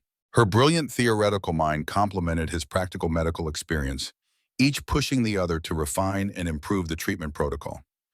"You're late," she said without looking up, a smile playing at the corner of her mouth. "Poppy's in full remission," he replied, the words still unfamiliar on his tongue. Eris set down her clipboard, turning to face him fully. The news hit her not just as a scientist vindicated, but as someone who had come to care deeply about the small, brave girl who had been their first patient. Owen, she said, her professional demeanor cracking, that's extraordinary. It's because of you, he said simply. You saved her life. She shook her head. We saved her life, all of us. The science, the timing, even Leona's ruthless pragmatism, it all came together exactly when it needed to. Speaking of Leona, Owen said, pulling out the silver star pin, our benefactor left me a gift. Eris raised an eyebrow. Is it ticking? He laughed. Just a reminder of where we started, where I started. She doesn't let anyone forget their debts, Eris observed, even when they are paid in full. Owen pinned the star to his lapel, a decision that felt strangely significant. I don't mind remembering. Every part of it brought me here. Later that morning, Owen drove to the Carrick Center, his heart lighter than it had been in years. He found Poppy in the sunlit art room, surrounded by paints and paper, her small face intent with concentration as she worked on a vibrant, star-filled landscape. She had changed so much in 6 months. Her once translucent skin now had a healthy glow, her thin frame filling out as her appetite returned. Most striking was her energy, the quiet, careful movements of a chronically ill child replaced by the exuberant physicality of a healthy 7-year-old. Daddy, she cried when she saw him, launching herself into his arms with a force that would have been impossible half a year ago. Look what I made. It's where the stars live when they're not in the sky. Owen examined the painting, taking in the swirls of deep blue and purple dotted with golden points of light. In the center stood two figures, a tall one and a small one, holding hands beneath a cosmic display. It's beautiful, sweet pea, he said, his voice thick with emotion. Are we going home now? She asked, beginning to gather her art supplies. Actually, Owen said, crouching to her level, I thought we might go to lunch first. I have some special news to share. Her eyes widened with excitement. Like a celebration? Can we have ice cream? He laughed, the sound free and unburdened. Definitely ice cream, the biggest sundae they make. Over lunch at a nearby cafe, complete with the promised ice cream sundae, Owen explained to Poppy what her test results meant, using simple terms she could understand. So the bad cells that were making me sick are gone? She asked, spoon poised midway to her mouth, ice cream forgotten in the gravity of the discussion. Not just gone, Owen clarified. Your body is making the right kind of cells now, the ones that protect you and keep you healthy. Because of Dr. Eris's special medicine? Yes, exactly.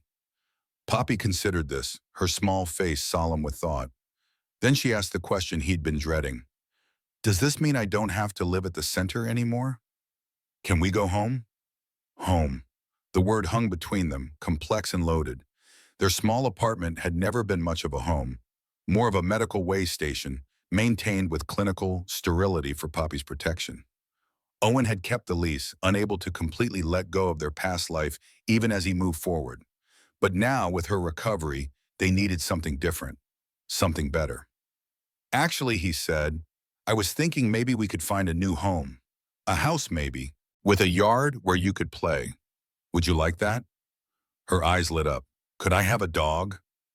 The question caught him off guard, so normal in its childish simplicity that it nearly broke his heart. All these years of hospitals and treatments and fear, and what she wanted was the same thing any child would want. A pet, a place to belong, a normal life. Yes, he said, emotion threatening to overwhelm him. Yes, you can definitely have a dog.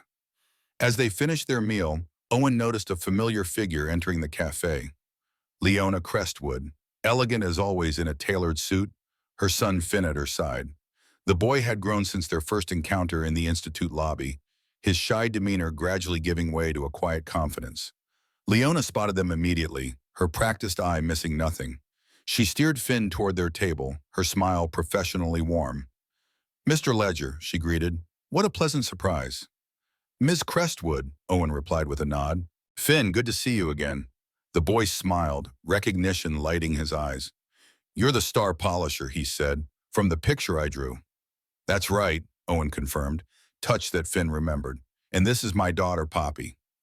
The two children regarded each other with the direct curiosity of youth, immediately finding common ground as Finn admired the remnants of Poppy's ice cream.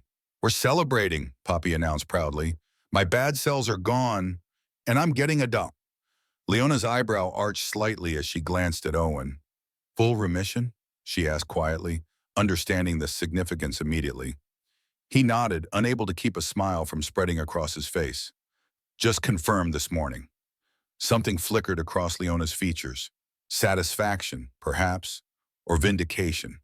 The calculated risk she had taken, backing Owen's unorthodox approach in fast-tracking the therapy, had paid off spectacularly. It was a victory for her as much as for them. "That calls for more than ice cream," she declared. "Finn and I were about to have lunch. Why don't you join us? My treat." Before Owen could respond, the children had already formed an alliance, Finn sliding into the booth beside Poppy as they began an animated discussion about dogs. The decision, it seemed, had been made for them. As they settled into this unexpected shared meal, Owen found himself studying Leona. 6 months of working within her corporate empire had given him a deeper understanding of the woman behind the power. She was calculating, yes, ruthlessly pragmatic, absolutely, but also possessed of a razor-sharp intelligence and a surprising capacity for loyalty, once earned. "I received your gift," he said, touching the silver star on his lapel. "It's a powerful reminder." "Good," she replied simply. "We should never forget where we came from, or who helped us get where we are." It wasn't quite a threat, but neither was it merely a platitude. Leona Crestwood never wasted words. "The merger with Nexalon finalizes next week," she continued, smoothly changing the subject. "The board has approved your proposal for expanded access programs in developing countries. Your advocacy was convincing." "Children shouldn't die because of geography or economics," Owen said. It had become something of a personal mission, extending the reach of their breakthrough beyond the wealthy Western markets that typically dominated pharmaceutical distribution. "A noble sentiment," Leona observed, "and as you've demonstrated, a profitable one. Impact investing is the future, Owen. You saw that before most of my board did." The conversation flowed with surprising ease, touching on business, medicine, and the future of the Leo project. Throughout, Owen was acutely aware of the strange symmetry of their positions. Finn had been the catalyst for everything that followed, his medical emergency revealing Owen's hidden skills. Now, as their children sat side by side, trading stories and giggling over shared desserts, it felt like the closing of a circle. When lunch concluded, Finn and Poppy exchanged solemn promises to meet again soon, their instant friendship another unexpected gift of the day. "I'm hosting a small gathering at my home next weekend," Leona said as they prepared to leave. "A celebration of the merger, but also of the Leo project's success. I'd like you and Poppy to attend. Dr. Holloway as well, of course." "We'd be honored," Owen replied, recognizing the invitation for what it was, not merely a social courtesy, but a public acknowledgement of his new position in her world. As they parted ways, Leona rested her hand briefly on his arm. "The star suits you," she said, nodding at the pin. "Remember to keep it polished." With that cryptic reminder, she was gone, Finn's small hand in hers as they walked away. The rest of the day passed in a blur of joy and planning. Owen took Poppy to look at houses in a quiet neighborhood near good schools, her excitement growing with each property they visited. By late afternoon, they had found a modest but charming home with a fenced backyard perfect for the dog they would soon adopt. As the sun began to set, they stopped at a local shelter just to look at potential pets. 2 hours later, they left with adoption papers for a gentle, one-eyed mixed breed named Cosmos, who would join their family as soon as they moved into the new house. "Because he has stars in his fur," Poppy explained solemnly, referring to the white speckles across the dog's dark coat.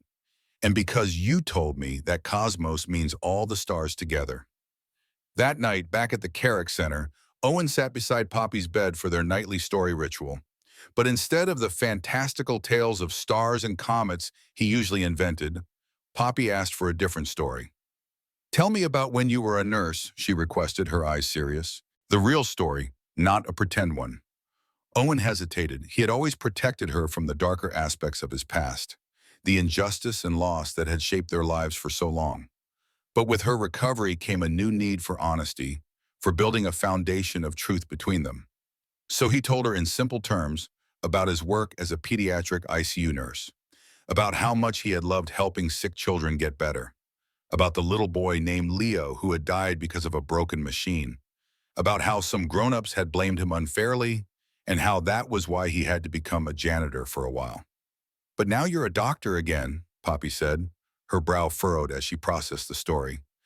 "Not exactly a doctor," Owen corrected gently.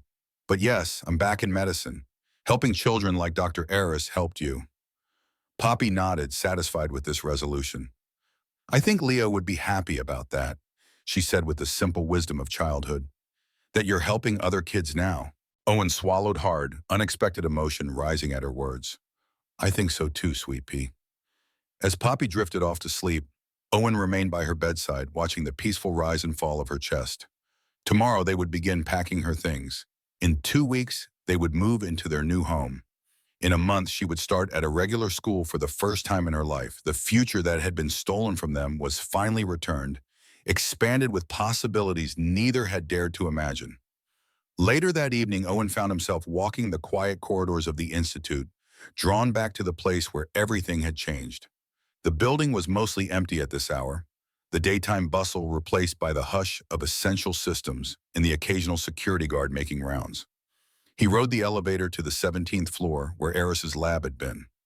Now expanded into a full research wing, it hummed with advanced equipment and the promise of new discoveries. Even at this late hour, light spilled from beneath a door at the far end of the corridor. Eris was working, as she often did when inspiration struck. He knocked softly before entering.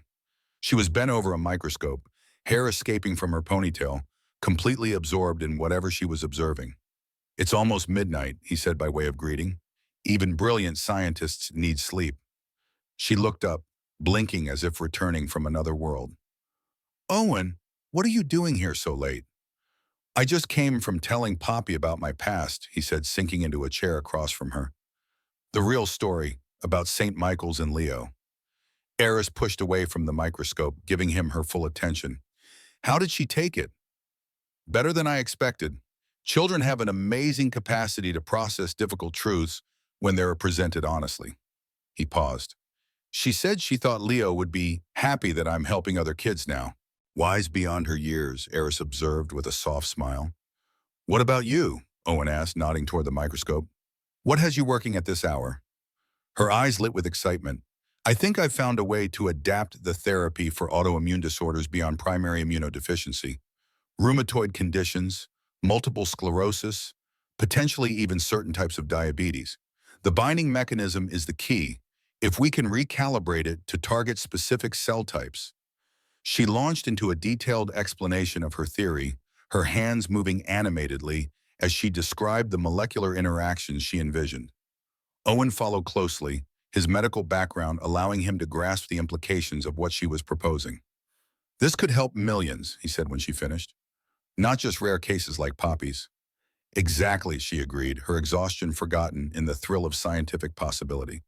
"But we'll need to expand the research team, secure additional funding. The clinical trials alone would take years." "Leona will back it," Owen said with certainty, "especially after the success of the Leo project. And after the Nexalon merger, she'll have the resources to go all in." Eris regarded him thoughtfully. "You've become quite the corporate strategist, Owen Ledger. A far cry from the janitor I caught sneaking into my lab." He smiled at the memory, touching the silver star on his lapel. "We all contain multitudes, Dr. Holloway." "Indeed we do," she agreed. "Oh, I almost forgot. Julian Coleman's wife's case files arrived today. The ones you requested from Nexalon's archives." Owen's expression sobered. In all the excitement of Poppy's news, he had almost forgotten about his other ongoing project. "Have you reviewed them?" Eris nodded, pulling a thick folder from her desk drawer. "It's as we suspected. Her condition was remarkably similar to the neurological variant we've been studying. If she were alive today, she could have been helped." Owen finished the thought. The tragedy of Coleman's story had haunted him since their confrontation.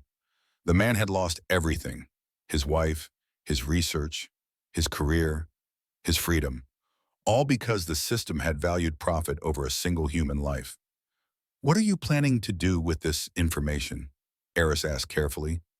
She knew Owen well enough by now to recognize when he was formulating one of his morally complex strategies. Coleman's sentencing hearing is next month, he replied. He's facing years in prison for the sabotage. But with this evidence, with testimony about what Leona's company did to his research, you want to help the man who nearly destroyed everything? Eris asked, incredulous. The man who could have killed me with that chemical trap? I want justice, Owen clarified, for Coleman's wife, for the research that was abandoned because it wasn't deemed profitable enough. The same justice I'm seeking for myself with St. Michael's. He leaned forward, his expression intent. What happened to Coleman? Losing funding, watching his wife die, being pushed aside for more lucrative projects. It's not that different from what happened to me. We both broke under the pressure of a system that treats human lives as entries on a balance sheet. The difference is, I got a second chance. He deserves one too. Eris was quiet for a long moment, considering his words. Finally, she sighed. Leona won't like it. She sees Coleman as a criminal who endangered her investment. Leona respects strength, Owen countered, and there's nothing stronger than standing up for what's right, even when it's complicated, even when it means facing your own complicity in someone else's tragedy. He gathered the folder, tucking it into his briefcase. Besides, we've proven ourselves valuable enough that she can't simply discard us now. The Leo project is too successful, the therapy too promising. We have leverage we didn't have 6 months ago. Just be careful, Eris warned. Powerful people don't like being reminded of their mistakes. I know, Owen acknowledged. But some debts have to be paid, even if they're not our own. As he left the Institute that night, the city lights glittered like earthbound stars against the dark sky. He thought about the silver pin on his lapel, about Leona's parting words. Keep it polished, a reminder not of who he had pretended to be, but of who he truly was. Someone who brought light to dark places, who made what was tarnished shine again. The week before Leona's celebration, Owen visited Julian Coleman in the detention center where he awaited sentencing. The man looked thinner, grayer. The fire of his rage banked to smoldering embers, but his eyes still held intelligence, and perhaps, buried deep, a flicker of the compassionate researcher he had once been. Coleman regarded Owen with wary confusion as they sat across from each other in the visitation room. Why are you here, Ledger? Come to gloat? No, Owen said simply. I came because I found something you should see. He opened a folder containing copies of the records Eris had given him. Coleman's wife's medical files, his original research proposals, the internal memos documenting Crestwood Industries' decision to terminate his funding. Coleman's hands shook as he leafed through the pages, recognition and grief battling across his features. Where did you get these? From the Nexelon archives as part of the merger due diligence, Owen explained. Julian, your research wasn't just valuable, it was foundational. The binding mechanism you were developing for your wife's condition is remarkably similar to what Dr. Holloway eventually created for our therapy. He leaned forward, his voice low and urgent. Your work could have saved her. You were right about that. And you were right that it was cut short for corporate reasons, not scientific ones. Coleman closed the folder, his jaw tight with emotion. Why show me this now? What good does it do? Because I'm testifying at your sentencing hearing, Owen replied, and I'm bringing these records with me. Coleman's eyes widened with surprise. You're testifying against me? For you, Owen corrected, to provide context for your actions. To show that while what you did was wrong, it came from a place of profound injustice and grief that the court should consider. Why would you do that? Coleman asked, genuine confusion in his voice. I tried to destroy your work. I could have killed Der Holloway in that chemical trap. Yes, Owen acknowledged gravely, and you'll have to answer for that. But your story deserves to be told, the full story, not just the corporate-approved version where you're a disgruntled employee who turned to sabotage. He met Coleman's gaze directly. I know what it's like to be crushed by a system more concerned with liability than lives. To watch someone die because of corporate calculation. To lose everything you've worked for, everything you are.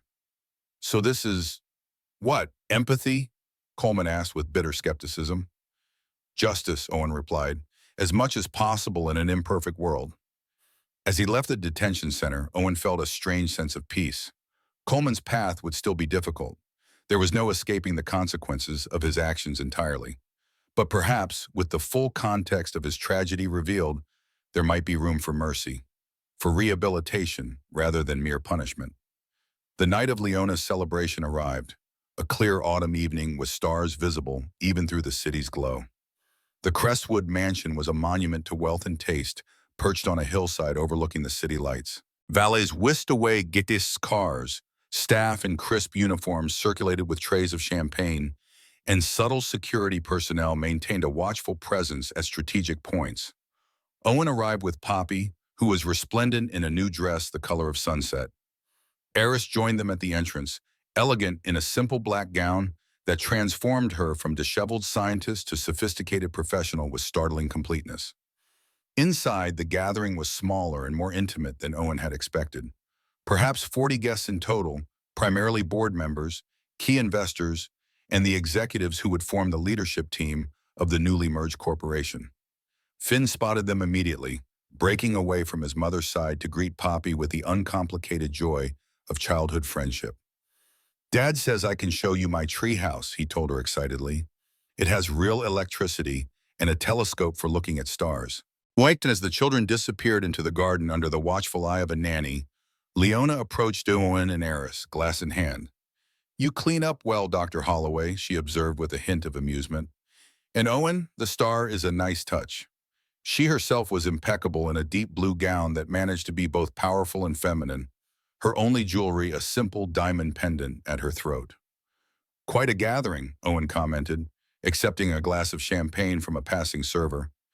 "I expected something larger for such a significant merger." "The public celebration was yesterday," Leona explained. 400 guests, press coverage, all the expected corporate pageantry. This is the real celebration. Just those who truly contributed to the success we're marking tonight. Her words were casual, but Owen understood their significance.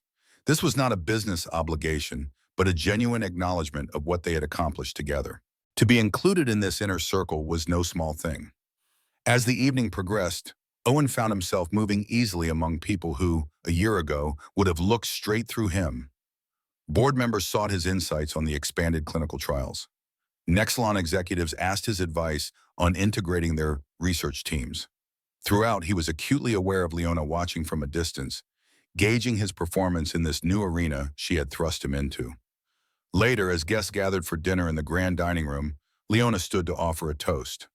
"Tonight we celebrate not just a corporate merger, but a true synergy of vision and purpose," she began, her voice commanding attention without effort. "The combined strengths of Crestwood and Nexelon will change the landscape of medical research for decades to come. But more importantly, it will change lives." She gestured toward where Owen sat with Eris. 6 months ago, the Leo project was just an idea, a promise to honor a child whose life was cut short by system failure. Today, it has saved 17 children who had no other options. Children like Poppy Ledger, who received life-changing news just this week. All eyes turned to Owen, who felt a rush of mixed emotions at having his daughter's medical journey used as a corporate success story. But then he saw the genuine pride in Leona's expression, the respect with which she spoke of their work, and he understood that this was more than strategic positioning. She truly believed in what they had accomplished. "To the future," Leona concluded, raising her glass, "and to those who have the courage to shape it." After dinner, Owen found himself drawn to the relative quiet of a secluded terrace, needing a moment away from the constant social navigation the evening required. He was surprised to find Leona already there, looking out over the city below. "Escaping your own party?" he asked, joining her at the railing. "Sometimes the view is clearer from a distance," she replied cryptically. They stood in companionable silence for a moment, the cool night air a pleasant contrast to the warmth of the gathering inside. "I know about Coleman," Leona said finally, her voice neutral. "About your plan to testify at his sentencing." Owen tensed slightly but didn't deny it. He deserves the full context to be known. Even if that context reflects poorly on me, on the company. "Even then," Owen confirmed. "Truth isn't always convenient, Leona." To his surprise, she laughed, a genuine sound rarely heard from the calculated CEO. "No, it certainly isn't." She turned to face him directly. Do you know why I hired you, Owen? Not just as a janitor turned executive, but from the beginning? He frowned, not following her meaning. As the janitor, it wasn't a personal decision. It was a standard maintenance position. Nothing in my institute is standard, she corrected. I review every hire personally. Your application was interesting. A high school graduate with no professional references applying for night custodial work, but with a level of articulation and precision in his writing that suggested a much different background. Owen stared at her, processing what she was saying. You knew? From the beginning? I suspected, she clarified. Not the details, but that there was more to you than appeared. I make it a point to collect people with depths, Owen. People with complexities and hidden strengths. They're so much more useful than those who are exactly what they seem. The revelation shifted his understanding of their entire relationship. What he had seen as a series of reactions to events had been, at least partially, a long-term strategy on Leona's part. So I was just another asset in your collection, he said, a hint of bitterness creeping into his voice. At first, she admitted without apology, but assets become people when you watch them save your child's life, when you see them fight with everything they have for their own children, when they challenge you to be better than your worst calculations. She reached out, adjusting the silver star pin on his lapel with a gesture almost maternal in its care. Do what you need to do with Coleben. I won't interfere. The truth may not be convenient, but it is often necessary. Thank you, Owen said quietly, genuinely moved by this unexpected support. Don't thank me yet, she cautioned with a wry smile. After your testimony, the board may have questions about your loyalty to the company. And what will you tell them, he asked. That loyalty to principles is worth more than loyalty to profit margins, she replied. That a man who stands up for what's right, even when it's difficult, is exactly the kind of person we need leading the Leo project into the future. She touched her glass to his in a private toast. Keep polishing those stars, Owen Ledger. The world needs their light. As the evening concluded, Owen collected a sleepy Poppy from where she had fallen asleep in Finn's treehouse, her small body warm against his shoulder as he carried her to the car. Eris walked beside them, her usual energetic pace softened by the late hour, and perhaps the champagne. Success suits you, she observed quietly as they waited for the valet. The executive, the father, the advocate, all these versions of yourself coming together. They were always there, he replied, shifting Poppy's weight gently, just waiting for the right moment, the right catalyst. Eris smiled, a genuine expression that transformed her serious features. Well, I am glad they found their way out. The world is better for it. Poppy is better for it. And so am I. The simple admission, from a woman normally so guarded with her personal feelings, touched Owen deeply. Without thinking, he reached for her hand, squeezing it briefly in silent acknowledgement of all they had been through together, all they had yet to accomplish. As they drove away from the mansion, Poppy stirred slightly in the back seat, murmuring something about stars and boys in her half-sleep. Owen glanced in the rearview mirror at her peaceful face, then at Eris beside him, her profile softened in the glow of passing streetlights. He thought of the long, dark years behind them, the loss, the fear, the desperate struggle just to survive. And he thought of the future opening before them, bright with possibility and purpose. The silver star pinned to his lapel caught the light as they turned toward home, a small beacon guiding them forward. Sometimes it takes the right person to see you, Owen reflected, remembering the invisible man in the gray uniform who had once believed himself beyond redemption. No one is ever truly invisible. Sometimes it just takes the right person to see you. A frightened boy, a desperate scientist, a ruthless CEO who had forgotten how to feel. In the end, they had all saved each other, and in doing so, they had created something that would save countless others. A legacy of light in a world too often shadowed by profit and power. Owen Ledger, the star polisher, drove toward home, toward tomorrow, toward a future he had never dared to imagine. Behind him, the city lights glowed like fallen stars, each one a life waiting to be touched, to be changed, to be saved. And ahead, the real stars shimmered in the vast darkness, eternal and untouchable, yet somehow within reach for those with the courage to look up, to reach out, to believe in possibility. For every star polished, a life illuminated. For every life saved, a universe of potential unleashed. It was enough. More than enough. It was everything.